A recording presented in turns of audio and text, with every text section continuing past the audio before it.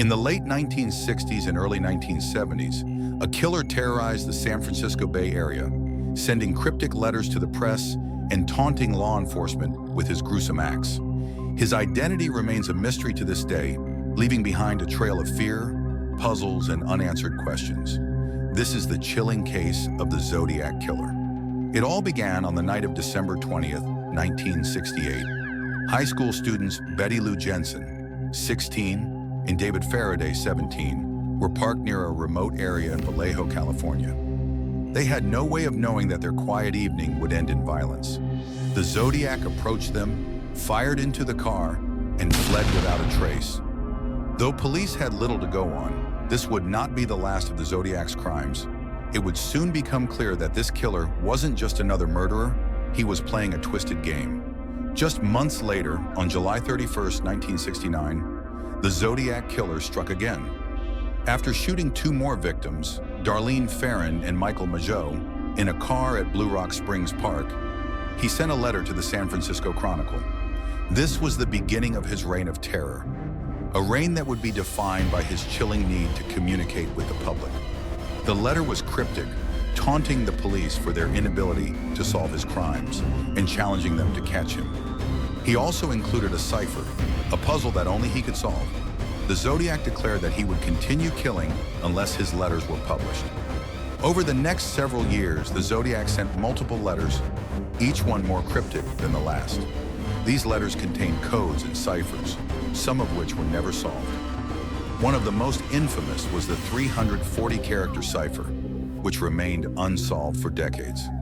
It wasn't until December 2020, nearly 51 years later, that a team of cryptographers finally cracked the code.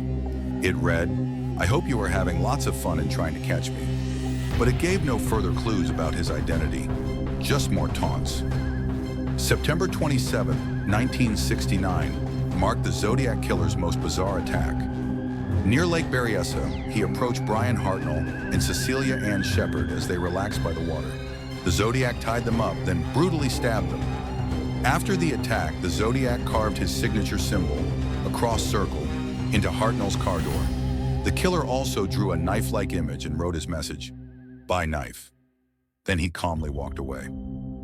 The last known murder attributed to the Zodiac occurred on October 11th, 1969, when he murdered Paul Stein, a cab driver in the Presidio Heights neighborhood of San Francisco. His killing spree seemed to stop abruptly after this, yet the Zodiac's legacy was far from over. Over the years, many suspects have been suggested, but none have been definitively linked to the crimes.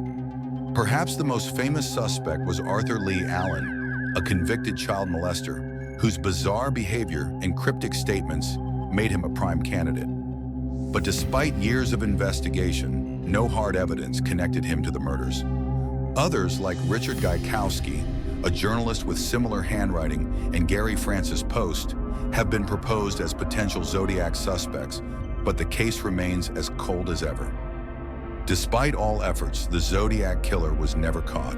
His cryptic letters and brutal crimes left a trail of fear that haunts the San Francisco Bay Area to this day. The case remains one of the most infamous unsolved mysteries in criminal history. The killer's identity remains unknown, and his final moments have never been confirmed. The mystery of the Zodiac continues to captivate and haunt investigators, amateur sleuths, and those fascinated by the darkness of the human mind. Will we ever know who the Zodiac Killer truly was? Or will his name forever be one of the greatest unsolved mysteries in crime history? As of today, the hunt continues.